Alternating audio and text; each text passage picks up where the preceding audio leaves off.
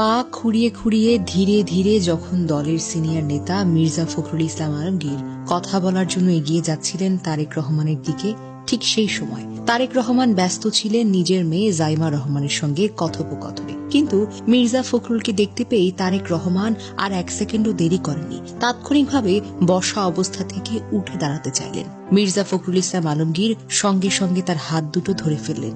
বড় ভাইয়ের মতো, অভিভাবকের মতো স্নেহের ছোঁয়ায় তাকে আবার বসিয়ে দিলেন। এই ছোট্ট মুহূর্তে ফুটে ওঠে দুই প্রজন্মের নেতৃত্বের সৌন্দর্য। অথচ বাস্তবতা হল তারেক রহমান বিএনপির চেয়ারম্যান।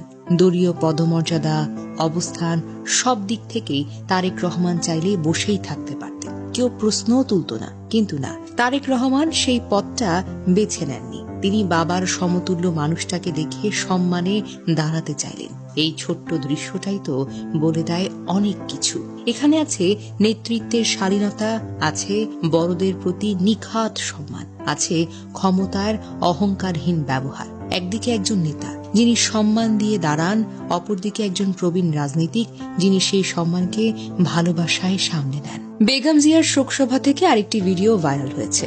ভিডিওতে দেখা যায় ডিসেবলড পিপলস ইন্টারন্যাশনাল ডিপিআই এর বিশ্ব সভাপতি প্রবীণ অধিকার কর্মী আব্দুস সত্তার দুলাল তার বক্তব্য শেষ করে মঞ্চ থেকে নেমে যাওয়ার প্রস্তুতি নিচ্ছিলেন। শারীরিকভাবে প্রতিবন্ধী, চলাফেরা করেন হুইল চেয়ারে করে। সেই মুহূর্তে ঘটে যায় এক অনন্য দৃশ্য।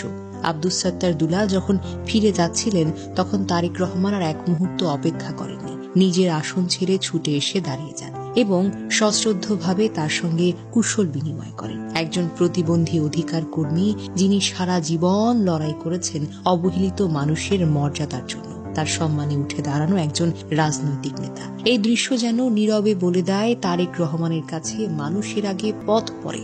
অনেকেই মন্তব্য করেছেন, বাংলাদেশের রাজনীতিতে এমন দৃশ্য খুবই বিরল, যেখানে নেতা শুধু বক্তৃতায় নয়, আচরণেও মানবিকতার প্রমাণ দেন। বেগম জিয়ার শোকসভা তাই শুধু শোকের অনুষ্ঠান হয়ে থাকেনি, এটি পরিণত হয়েছে নেতৃত্বের চরিত্র, সংস্কৃতি ও মূল্যবোধের এক নীরব প্রদর্শনীতে।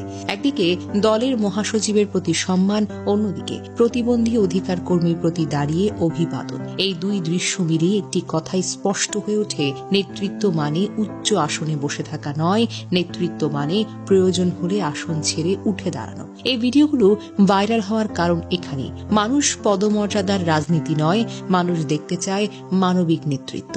আর সেই মানবিকতার প্রতিচ্ছবি হিসেবেই এই শোকসভা থেকে তারেক রহমানের এসব দৃশ্য মানুষের হৃদয়ে জায়গা করে নিয়েছে। তারেক রহমান বারবার প্রমাণ করেছেন একটি কথা, তিনি শুধু রাজনৈতিক সিদ্ধান্তে নয়, মানবিক আচরণেও দলের ভেতরের সংস্কৃতিকে গুরুত্ব সহকারে রাখেন।